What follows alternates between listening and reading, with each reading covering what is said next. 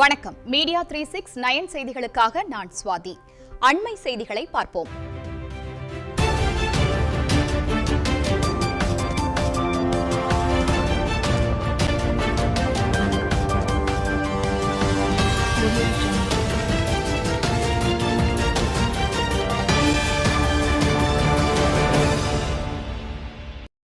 ஜவ்வாது மலையில் 2.6 கோடி செலவில் கட்டப்பட்டு செயல்படாத அரவை நிலையம் பற்றியும் உழவர் உற்பத்தியாளர் சங்கத்தின் லாப பங்கை பெறாத விவசாயிகளின் ஆதங்கத்தையும் விவரிக்கிறது இந்த செய்தி தொகுப்பு. 8 ஆண்டுகளாக லாப பங்கு கிடைக்கவில்லை என விவசாயிகள் குற்றச்சாட்டு. 2.6 கோடி அரவை நிலையமும் கட்டப்பட்டு 6 ஆண்டுகளாக செயல்பாட்டுக்கு வரவில்லை என புகார்.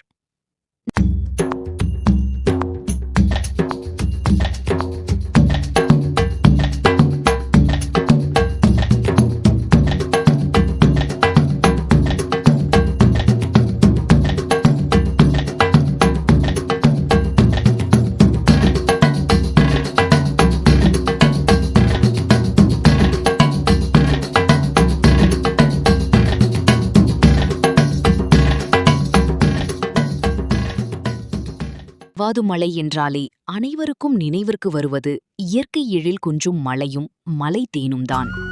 தேன் இளவரசி என்றழைக்கப்படும் ஜவ்வாது மலையில் உலகத்தரம் வாய்ந்த சந்தனம், இயற்கை மூலிகை தேன், மலைப்புலி, ரசாயனமில்லா சிறுதானியங்கள் என இயற்கை வளங்களுக்கும் பாரம்பரிய விவசாயத்திற்கும் பெயர் பெற்றது. இங்கு விளையும் அமிலத்தன்மை கொண்ட மலைப்புலி சமையலுக்காக மக்களால் விரும்பி பயன்படுத்தப்படுகிறது. அதேபோல் ரசாயன பயன்பாடு குறைவாக விளைவிக்கப்படும் சாமை உள்ளிட்ட சிறுதானியங்களுக்கும் தனி வரவேற்பு இருந்து வந்ததாக மலைவாழ் விவசாயிகள் கூறுகின்றனர். 2017ஆம் ஆண்டுக்கு முன்பு வரை ஜவ்வாது மலை பகுதியில் ஆண்டுக்கு சுமார் 50,000 ஏக்கருக்கும் அதிகமாக சாமை சாகுபடி செய்யப்பட்டு பல்வேறு பகுதிகளுக்கு அனுப்பப்பட்டதாக விவசாயிகள் தெரிவிக்கின்றனர்.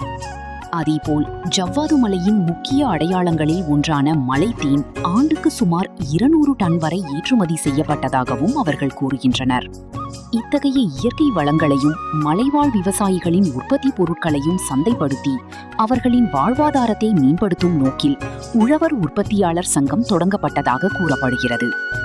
4 கோடி மதிப்பில் தொடங்கப்பட்ட உழவர் உற்பத்தியாளர் சங்கம் 2017-18 நிதியாண்டில் மலைவாழ் மக்களின் வாழ்வாதாரத்தை மேம்படுத்தும் நோக்கில் மத்திய மாநில அரசுகளின் நிதியுதவியுடன் சுமார் 1000 விவசாயிகளிடம் தலா 1000 ரூபாய் பங்குத்தொகை பெறப்பட்டு சுமார்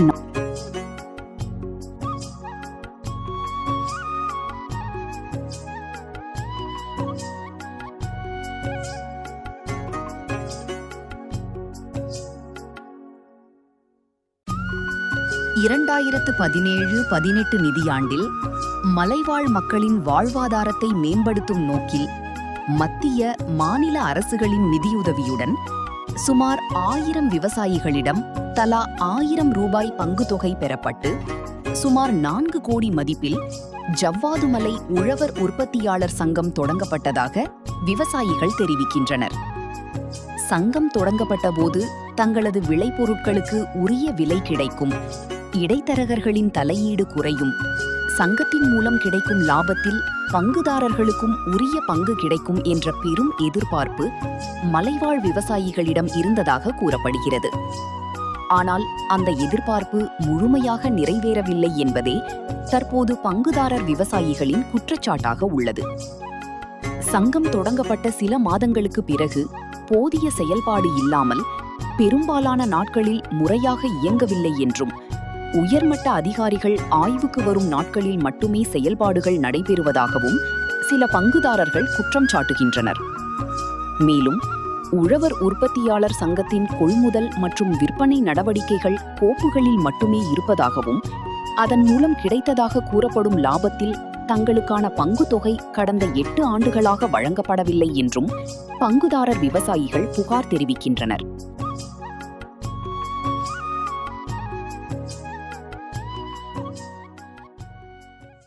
லிமிடெட் ஆரம்பிச்சு 2018-19 ஆரம்பிச்சிருக்காங்க.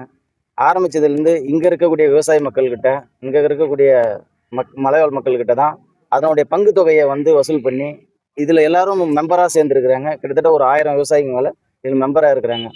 இதில் கொள்முதல் செய்யக்கூடிய தானியங்களாக இருக்கட்டும், இங்கே உற்பத்தி செய்யக்கூடிய ப்ராடக்டாக இருக்கட்டும், அதுக்கான லாப விகிதத்தை இது வரைக்கும் கவர்மெண்ட்டாக இருக்கட்டும், இந்த மலைவாழ் மக்களுக்கு இதில் உறுப்பினராக இருக்கக்கூடிய பங்குதாரர்களுக்கு ₹1 கூட கொடுத்ததில்லை. அதனுடைய பங்குத்தொகை அந்த அந்த வருமானம் லாபம் கவர்மெண்ட்லேருந்து வந்தும் அது என்ன பண்ணியிருக்காங்க அரசு அதிகாரிங்கன்றத இன்னும் தெரியவில்லை. ஏன்னா இதில் ஒவ்வொரு விவசாயியும் வந்து அவங்களுடைய முதலீடு தொகையாக சேர்ந்து தான் வந்து உறுப்பினராக வந்து இங்கே சேர்ந்துருக்கிறாங்க. அந்த உறுப்பினர்களுக்கான அந்த லாப தொகையை வந்து இன்ன வரைக்கும் கொடுக்கவே இல்லை. இது வந்து செயல்படுறதுன்றத வந்து இன்ன வரைக்கும் சரியாக வந்து தெரியல. இங்கே மலைவாழ் மக்கள் பழங்குடி மக்கள்கிட்ட விளையக்கூடிய அந்த தானியங்களை வாங்கி சரியாக வந்து அதை மதிப்பு கூட்டி வியாபாரம் பண்ணுறாங்க. நல்ல வருமானம் வருது.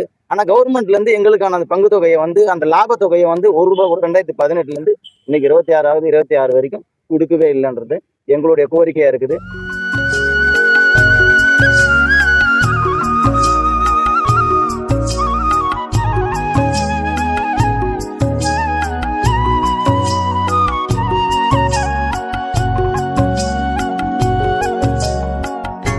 ஜவ்வாது மலை டோக்ரா பில்டிங்னு பேர்.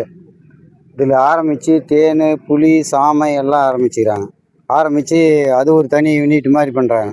அதில் வந்து இதெல்லாம் போய் கிராமமாக ஒரு ஆளுக்கு வந்து இரநூறுபான்னு சொல்லி ஒரு கிராமம் இந்த இல்லாத மலைவாழ் மக்கள் பூரா சேர்ந்து இரநூறுபான்னு இது பண்ணி தான் தொகை கொடுத்து தான் அவங்க இது பண்ணாங்க.